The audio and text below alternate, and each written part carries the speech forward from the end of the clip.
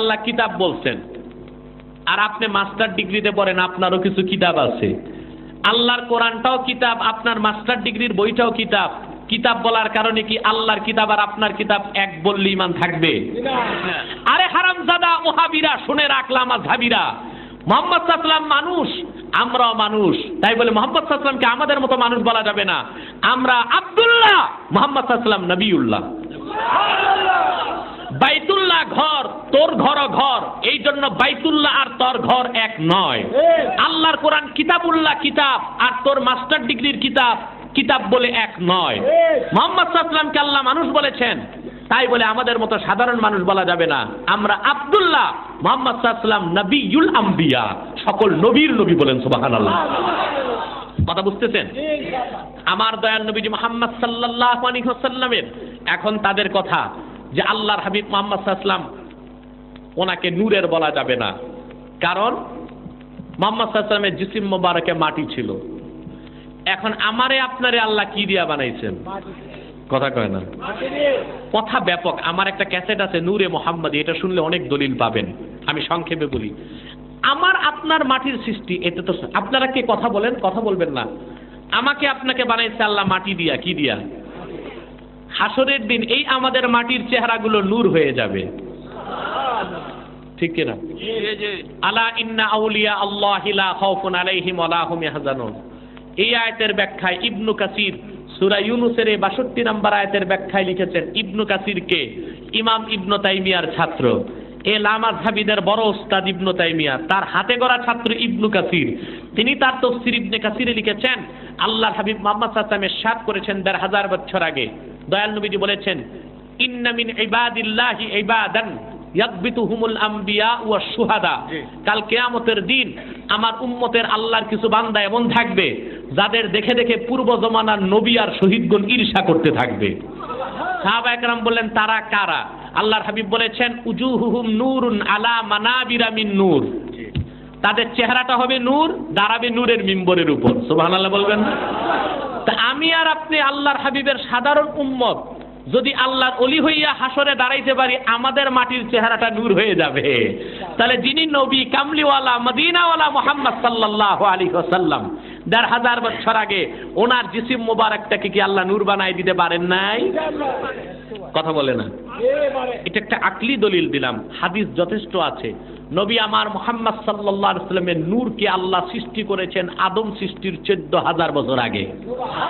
মুহাম্মদ সাল্লাল্লাহু আলাইহি ওয়াসাল্লামের জিসিম মোবারকে যে নূর ছিল, সেটা যে মাটি ছিল, সেই মাটিটাও সাধারণ মাটি ছিল না। আল্লাহর হাবিব মুহাম্মদ সাল্লাল্লাহু আলাইহি ওয়াসাল্লামের জিসিম মোবারকের জন্য মাটি আল্লাহ নিয়েছেন মুহাম্মদ সাল্লাল্লাহু আলাইহি ওয়াসাল্লামের জান্নাতুল ফেরদাউসের টুকরা রওজা শরীফেরই মাটি। অতএব জান্নাতের মাটি আর দুনিয়ার মাটি তো এক হইতে পারে না। আবার দয়াল নবী মুহাম্মদ সাল্লাল্লাহু আলাইহি ওয়াসাল্লামের জান্নাতুল ফেরদাউসের টুকরা রওজা শরীফের মাটিটাকেও আল্লাহ নূর বানায় দিয়েছেন। বিশ্বনবী মুহাম্মদ সাল্লাল্লাহু আলাইহি ওয়াসাল্লামের রূহ পুরাটাই ছিল নূর, এবং বিশ্বনবী মুহাম্মদ সাল্লাল্লাহু আলাইহি ওয়াসাল্লামের, নবী মুহাম্মদ সাল্লাল্লাহু আলাইহি ওয়াসাল্লামের পুরা রূহটাই ছিল নূর, এবং মাথার তালু থেকে পায়ের তালু পর্যন্ত পুরা জিসিমটাই ছিল নূরের তৈরি। এর বড় প্রমাণ, আল্লাহর হাবিবের জিসিম থেকে নূর বের হইতো। আমাদের দেহ থেকে কি নূর বের হয়? আমাদের দাঁত থেকে নূর বের হয়? শামাইল তিরমিজি হাদিস নাম্বার ১৪, সাহাবী বলেছেন, ইযা তাকাল্লামা রুইয়াকা নূর ইয়াখরুজু মিন বাইনি সানায়া। মুহাম্মদ সাল্লাল্লাহু আলাইহি ওয়াসাল্লাম যখন কথা বলতেন, বেহেশতি হাসি হাসতেন, যখন বেহেশতি হাসি হাসতেন, তো দয়াল নবীর দুই দাঁতের মাঝখান দিয়ে নূর বের হয়ে যেত।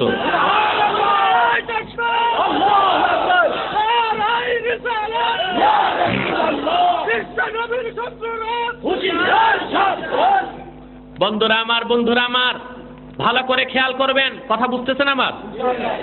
তাহলে কি বোঝা গেল? আল্লাহর হাবিবের দাঁতটাও নূরের ছিল বলেই নূর বের হইতো, ঠিক কিনা? আসেন সহি হাদিস, একেবারে আমি ১ লাখ না ১০ লাখ টাকার চ্যালেঞ্জ করলাম, এই লামাযহাবী বাটপারগুলো বলে নূরের ব্যাপারে সহি কোনো হাদিস নাই। আমরা বলি নূরের ব্যাপারে কিছু মওযু হাদিস আছে, মওযুটাকে বাদ দিব আমরা, জয়ীফটাও দরকার নাই আমাদের, সহি হাদিসটাকে তো মানতেই হবে। দালাইলুন নবুওয়াতের প্রথম খণ্ডের ৮৬ পৃষ্ঠায় বাবু মাউলিদিল মুস্তাফা সাল্লাল্লাহু আলাইহি ওয়াসাল্লাম, এই বাবের হাদিস এরবাজ বিন সারিয়া বর্ণনা করেছেন। وعن الإرباز بن سارية رضي الله تعالى عنه أنه قال سمعت رسول الله صلى الله عليه وسلم يقول إني عبد الله وخاتم النبيين وإن آدم لمنجدل في طينته وفي آخر الحديث أن أم رسول الله صلى الله عليه وسلم رأت حين وضعته نورا أضاءت له كسور الشام ইরবাজ ইবনে সারিয়া বলেছেন আমি আমার নিজের দুই কানে দয়াল নবী মুহাম্মদ সাল্লাল্লাহু আলাইহি ওয়াসাল্লামের নূরের জবান থেকে শুনেছি মুহাম্মদ সাল্লাল্লাহু আলাইহি ওয়াসাল্লামের সাথ করেছেন আমি মুহাম্মদ আল্লাহর বান্দা এবং সর্বশেষ নবী তখন থেকে আদম যখন ধুলার মধ্যে গড়াগড়ি খাচ্ছিল আদমের দেহ আল্লাহ তখন বানান নাই এই হাদিসের শেষ ইবারতে এসেছে দয়াল নবী মুহাম্মদ সাল্লাল্লাহু আলাইহি ওয়াসাল্লাম ১৫০০ বছর আগে হযরতে আমেনা রাদিয়াল্লাহু তাআলা আনহার পবিত্র রেহেম মোবারক থেকে যখন তাশরিফ নিয়েছেন মক্কা শরীফে মা আমেনা দেখেছেন আল্লাহর হাবিব দয়াল নবী মুহাম্মদ সাল্লাল্লাহু আলাইহি ওয়াসাল্লামের নূরের জিসিম মোবারক থেকে একটা নূর বের হয়েছে ১৫০০ বছর আগে সেই নূরের আলোতে মা আমেনা দেখেছেন মক্কা শরীফ থেকে শত শত মাইল দূরে শাম দেশের প্রাসাদগুলো উজ্জ্বল হয়ে গেছে তাহলে সহিহ হাদিস প্রমাণ দিচ্ছে দয়াল নবী মুহাম্মদ সাল্লাল্লাহু আলাইহি সাল্লামের জিসিমে নূর ছিল সুবহানাল্লাহ বলবেন না আমার নবী মুহাম্মদ সাল্লাল্লাহু আলাইহি সাল্লাম নূরের নবী আমার নবী তোমার নবী মুহাম্মদ সাল্লাল্লাহু আলাইহি সাল্লাম নূর নবী বলেন সুবহানাল্লাহ তবে আমরা বলে দিচ্ছি আল্লাহর হাবিব মুহাম্মদ সাল্লাল্লাহু আলাইহি সাল্লামের নূর জাতি নূর বলা যাবে না খালকি নূর আল্লাহর হাবিব মুহাম্মদ সাল্লাল্লাহু আলাইহি সাল্লামের নূর খালকি নূর সৃষ্টি নূর সৃষ্টি করেছেন আল্লাহ জাতি নূর বলা যাবে না এতে শিরিক হবে আর সূরা ইখলাসের ইনকার হবে কথাগুলো স্পষ্ট হয়ে যাচ্ছে সমাজটারে ধ্বংস করতেছে দুই দল একদল নজদি আর একদল বেদাতি একদল নজদি আর একদল বেদাতি যারা বেদাতি তারা শিরক শিখায় আর যারা নজদি লামাযহাবি তারা মানুষকে কুফর শেখায় ঠিক কিনা বলে আরো দলিল লাগবে